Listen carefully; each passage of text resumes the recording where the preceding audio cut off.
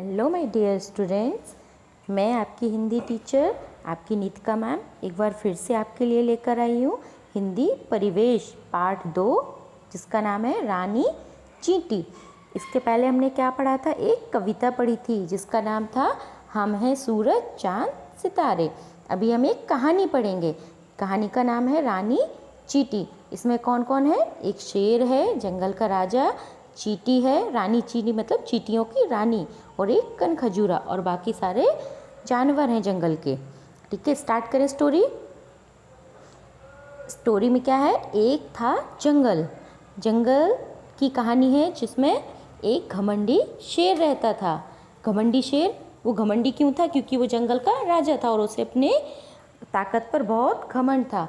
शेर को अपने बल पर बहुत घमंड था, वह सभी को अपने से छोटा समझता था। शेर तो सबसे ताकतवर होता है ना, तो वो सोचता था मैं सबसे ज़्यादा ताकतवर हूँ, सबसे ज़्यादा स्ट्रॉन्ग हूँ, बाकी सारे जानवर मुझसे छोटे हैं।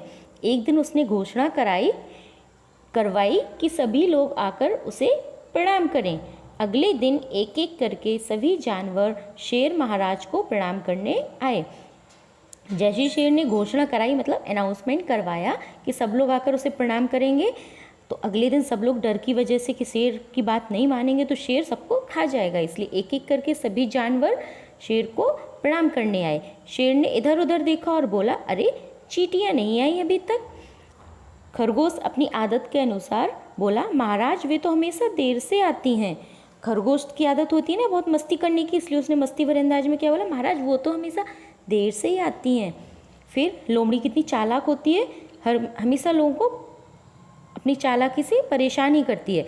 ऐसी उसने भी क्या किया, बात बनाने की बजाय उसने बात बिगाड़ दी। शेर को गुस्सा आ रहा था ना, तो उसने और गुस्सा दिलाया। कैसे? उसने क्या बोला, जल्दी पहुंचना तो उनके बस की बात ही नहीं, मतलब चींटियाँ कभी जल्दी पहुंचती नहीं, हमेशा धीरे धीरे लेट ही होती हैं। यह सुनकर सभी जानवर हंस पड़े। ये सबने कमेंट सुनी चींटियों के ऊपर, सभी को हंसी आ गई, सभी जानवर हंसने लगे। शेर लाल पीला हो गया। लाल पीला होना मतलब गुस्सा आना। जब बहुत तेज गुस्सा आता है तो रेड हो जाता है ना हमारा पूरा फेस, सब कुछ, तो ऐसे वो लाल पीला हो गया गुस्से से। तब तक रानी चींटी अपनी सेना के साथ वहाँ आ गई। ऐसे शेर को तो गुस्सा आ ही रहा था, जैसी चींटी आई रानी चींटी अपनी सेना के साथ, तो शेर बोला, कभी तो समय पे आया करो, हमेशा देर से आती हो। रानी चींटी बोली, महाराज रास्ते में बारिश का पानी भरा हुआ था, इसलिए हमें आने में थोड़ी सी देर हो गई। रास्ते में बारिश का पानी क्यों था? जब बारिश होती है तो पानी भर जाता है ना, और चींटियाँ तो धीरे धीरे चलती हैं, तो इसलिए धीरे धीरे चल के आ रही थी, वरना पानी में बह जाती।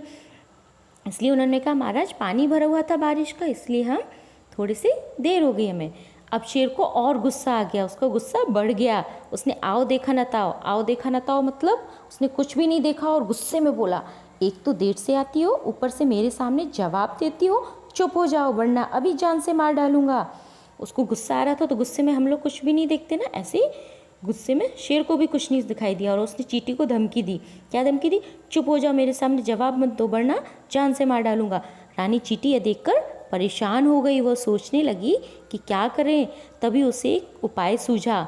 उसने सोचा, अगर शेर को ज़्यादा गुस्सा आ गया तो वो मुझे पूरी सेना के साथ मार देगा, इसलिए वो उपाय मतलब एक तरकीब सोचने लगी। उसे क्या तरकीब आई? वह तुरंत अपने मित्र, अपने फ्रेंड कनखजूरे के पास गई। कनखजूरा क्या होता है? एक छोटा सा कीड़ा होता है ना, और धीरे धीरे उसके कान में जाकर कुछ कहा।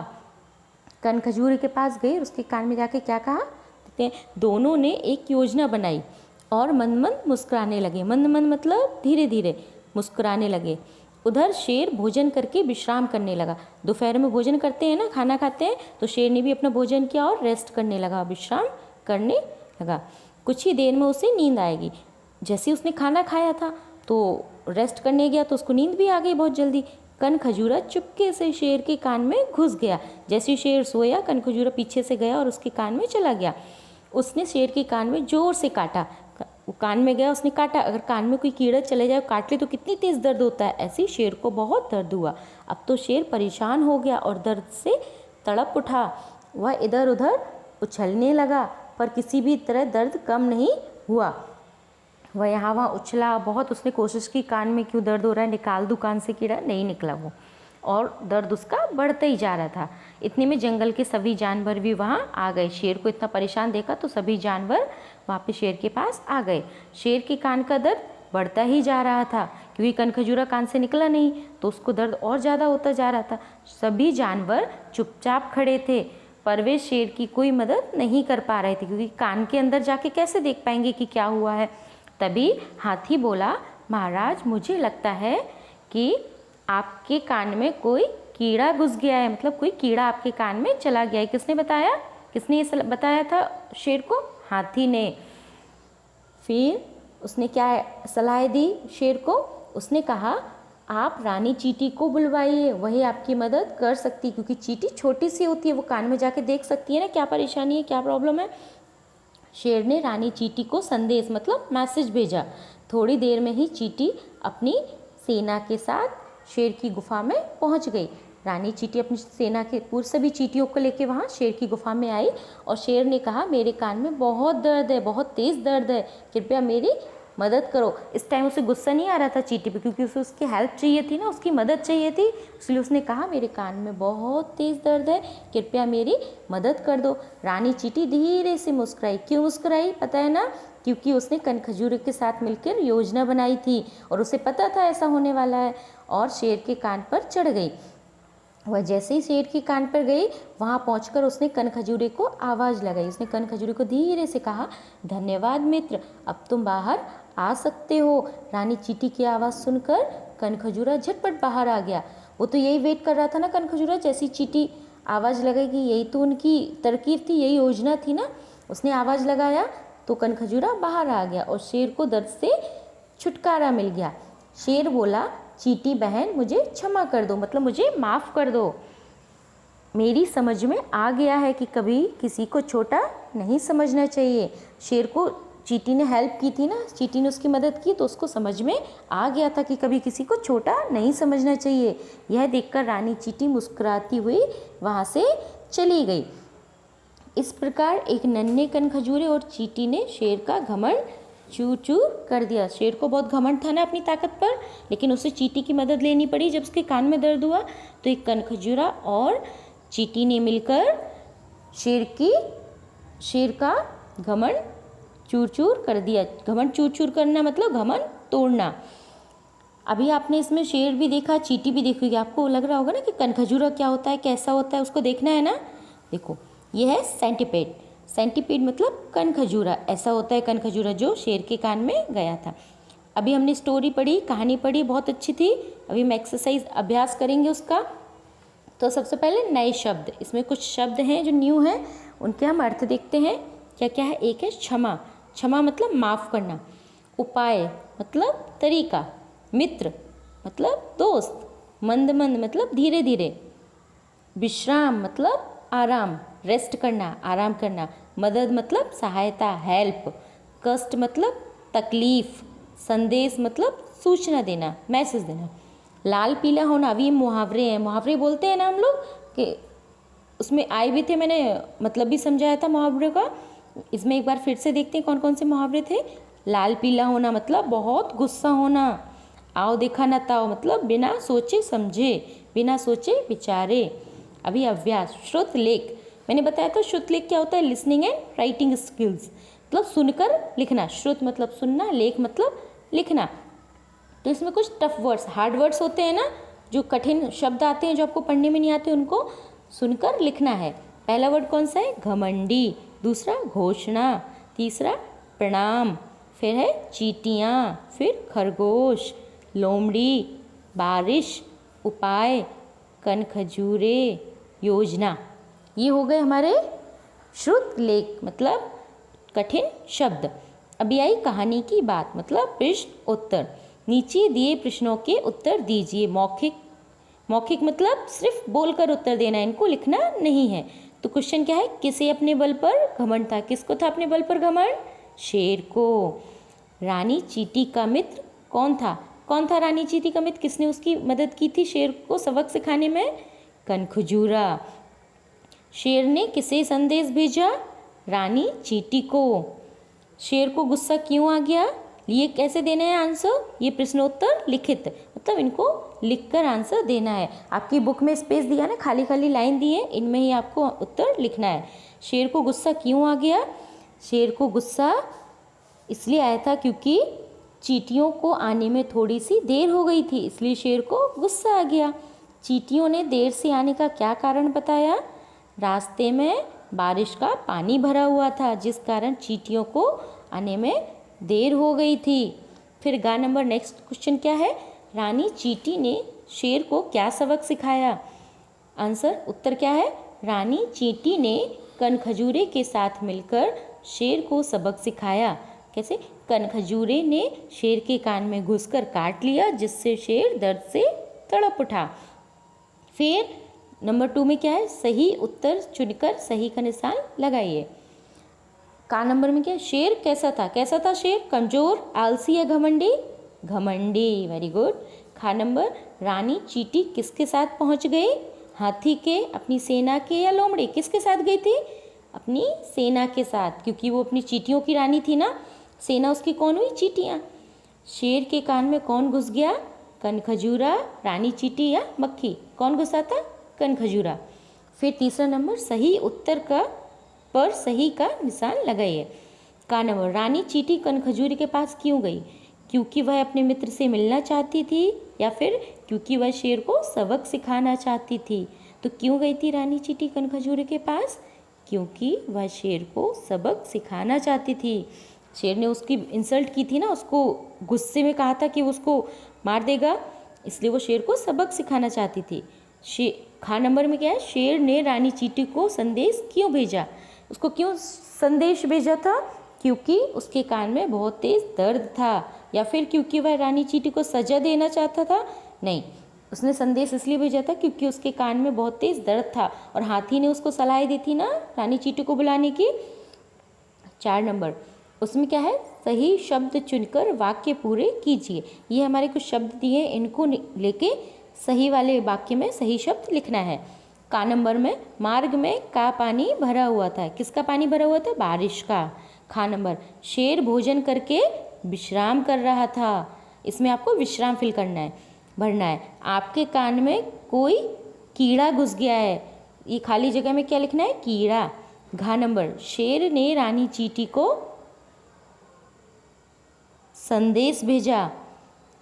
घा नंबर में क्या लिखना है? संदेश। इड़ा, कभी किसी को छोटा नहीं समझना चाहिए। इसमें क्या लिखना है? छोटा वर्ड भरना है। इसके बाद भाषा की बात।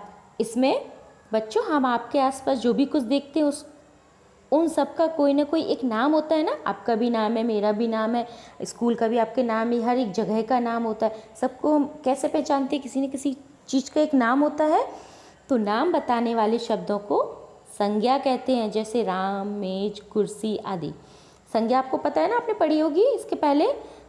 किसी व्यक्ति, वस्तु या किसी स्थान या कोई जानवर का नाम कुछ भी हो, उसको क्या बोलते हैं? संज्ञा।